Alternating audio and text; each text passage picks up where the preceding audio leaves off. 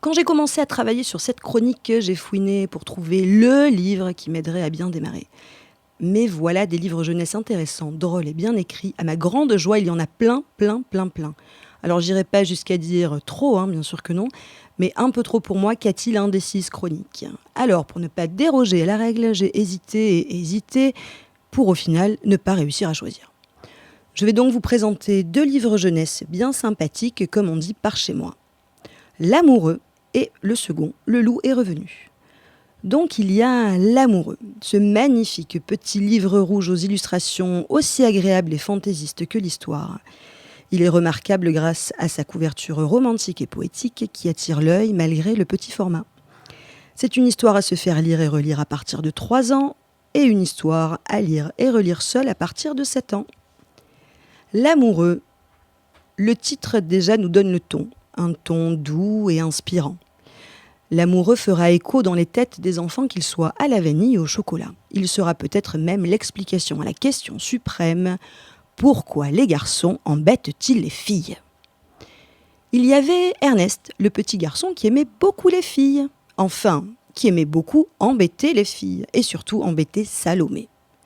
C'est cette simple action qui va chambouler les esprits et la cour d'école. Pourquoi Ernest a-t-il ce comportement ? Pour la maman de Salomé, c'est peut-être qu'Ernest voudrait devenir l'amoureux de Salomé. L'amoureux.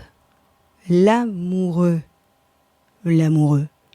C'est bien gentil, mais c'est quoi l'amoureux ? C'est exactement ce que vont se poser tour à tour les copains et copines d'école de Salomé et d'Ernest. Chacun ira de son interprétation, de ses connaissances, de ses déductions, de ses explications. Le ton est drôle, doux, sans jamais tomber dans la mièvrerie et la guimauve facile, ce qui arrive quand on aborde ce thème de l'amour. Il nous plonge dans l'univers de l'enfance, de la simplicité, de la belle naïveté.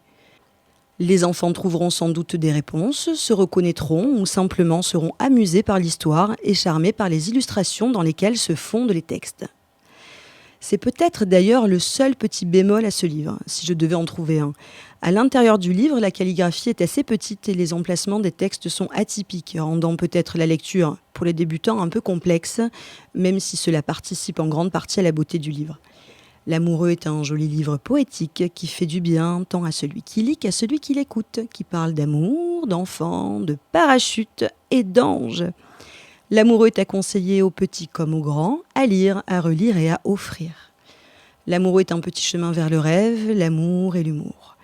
Une histoire qui parlera sans doute à tous les Ernest et Salomé que nous sommes, serons ou avons été. L'amoureux est distribué aux éditions Les Petits Gauthier et écrit par Rebecca d'Outremer. Alors, dans un autre style, j'ai trouvé et lu Le loup est revenu de Geoffrey de Pénard dans un format poche jeunesse pour les éditions Lutin de poche de l'École des loisirs. Le visuel est d'un style différent de l'amoureux, avec un dessin de couverture qui personnellement me fait penser à une enquête policière ou à un livre d'aventure. On comprend bien avec le titre que quelque chose va se passer. Et il faut dire qu'il n'est pas facile d'apprendre dans le journal, quand on est un héros d'aventure lu et relu, que le loup est revenu. C'est une histoire que raconte l'auteur Geoffroy de Pénard. Alors que Monsieur Lapin buvait tranquillement son jus de carotte en lisant son journal préféré, il apprit une nouvelle terrifiante qui le refroidit jusqu'aux oreilles. Croyez-le ou pas, mais l'article disait « Le loup est revenu ». Il n'en fallut pas plus pour contrarier et mettre à la trappe le sommeil de Monsieur Lapin qui détala pour s'enfermer à double tour. C'est à cet instant même qu'un venant de la porte le fit sursauter. Le loup est revenu, souvenez-vous. C'est bien ce qu'avaient aussi lu les 3 petits cochons qui étaient du coup eux aussi très très apeurés par la nouvelle. Et sans réfléchir, ils avaient foncé chez Monsieur Lapin ensemble. Ils se calfeutrèrent dans la maison pour rester bien à l'abri. À partir de cet instant, ce sera un véritable défilé de VIP les plus réputés des contes et histoires mettant en scène le loup, qui se présenteront, frappant tour à tour à la porte de Monsieur Lapin, faisant trembler ceux réfugiés à l'intérieur. Du petit chaperon rouge à la chèvre de Monsieur Seguin, il ne manquera personne lié à une histoire de loup à la dernière page. Enfin personne. Parce que souvenez-vous, le loup est revenu, et jusque-là, nous n'avons pas vu la queue d'un. La fin de l'histoire aurait pu être prévisible, mais le génie de l'auteur fait qu'elle est bien différente que celle attendue. On pourra en tirer une petite morale, voire 2. tournant autour de la notion de partage, de la force de l'union et l'importance du concept ensemble. Alors bien sûr, pour être bien intégrées, ces notions ne sont pas abordées telles quelles avec des points sur les i et des barres sur les t, non, plutôt de façon édulcorée et fondue dans l'histoire. Une drôle d'histoire qui ne fait pas immédiatement réfléchir, mais qui laisse, j'en suis sûre, quelques souvenirs utiles pour la propre histoire de vie de chacun.